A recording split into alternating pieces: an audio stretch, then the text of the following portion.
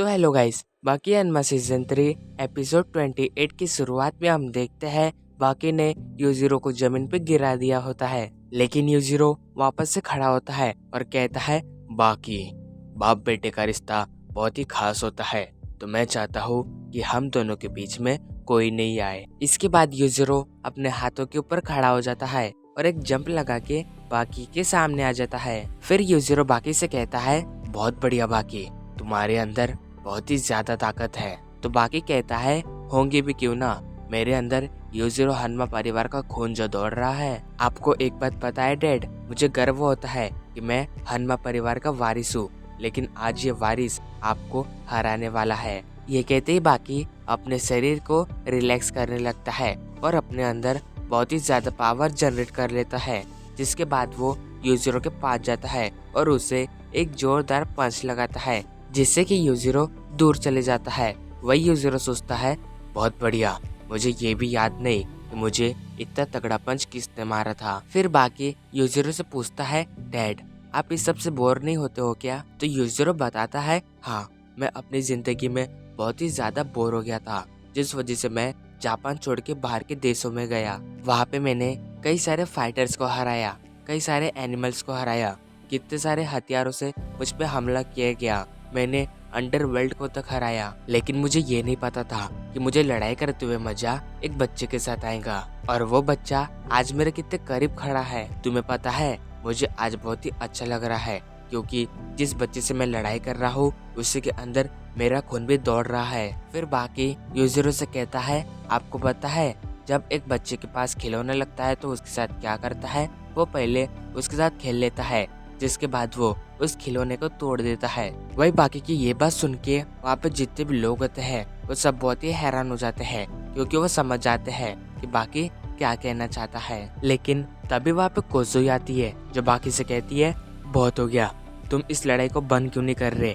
तुम्हें पता है इस लड़ाई को हर जगह पे देखा जा रहा है, टीवी, मोबाइल, लैपटॉप, हर कोई तुम दोनों के फाइटिंग के मजे उठा रहा है। अगर तुम चाहते हो तो इसे एक ही बार में खत्म कर दो। तुम दोनों पूरे एक जैसे हो, पहले वो तुम्हारे को मुक्का मारते हैं और बकवास करते हैं, फिर तुम उन्हें किक मारते हो और रोने लगते हो। ये बकवास कब तक चलेगी? तुम इसे बंद क्यों नहीं करते? बाकी कोज़ोई की ये बात सुन के वहाँ के लोग कहते हैं ये लड़की क्या बकवास कर रही है, वो इसे मार देंगे। तो वही कोज़ोई कहती है मुझे नहीं समझ रहा तुम दोनों के बीच किस तरीके का कंपटीशन चल रहा है। तो बाकी कहता है ये कोई कंपटीशन नहीं, एक लड़ाई है दो बाप बेटों के बीच की। तुम तो ये बस समझ ही सकती हो, अगर दो बाप बेटे आपस में लड़ते हैं तो वो इमोशनल तो हो ही जाते हैं। और आज मुझे बहुत अच्छा लग रहा है मेरे डैड के साथ लड़के, क्योंकि मैंने अपने डैड के ऊपर सारे टेक्निक यूज कर दिए। अगर देखा जाए तो मैं किसी और पे ये टेक्निक यूज नहीं कर सकता। तो हम दोनों इसलिए लड़ रहे हैं कि ताकि हम ये देख पाए कि हम दोनों में से ज्यादा ताकतवर कौन है। जिसके बाद उन दोनों की लड़ाई फिर से शुरू हो जाती है।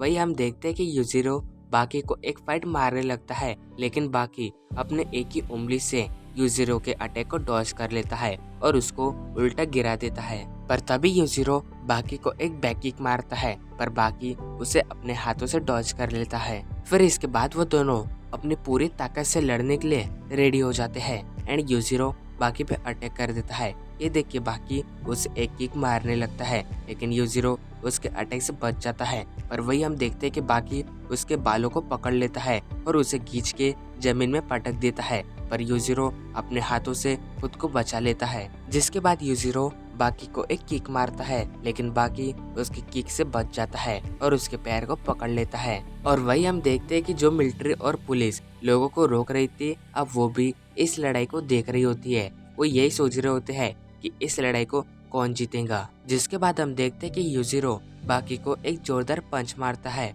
और बाकी उस पंच की फोर्स से बहुत ही दूर जाके गिरने लगता है, लेकिन वो खुद को संभाल लेता है। फिर बाकी जब पीछे देखता है तो कोज़ोई के पास यूजिरो खड़ा होता है।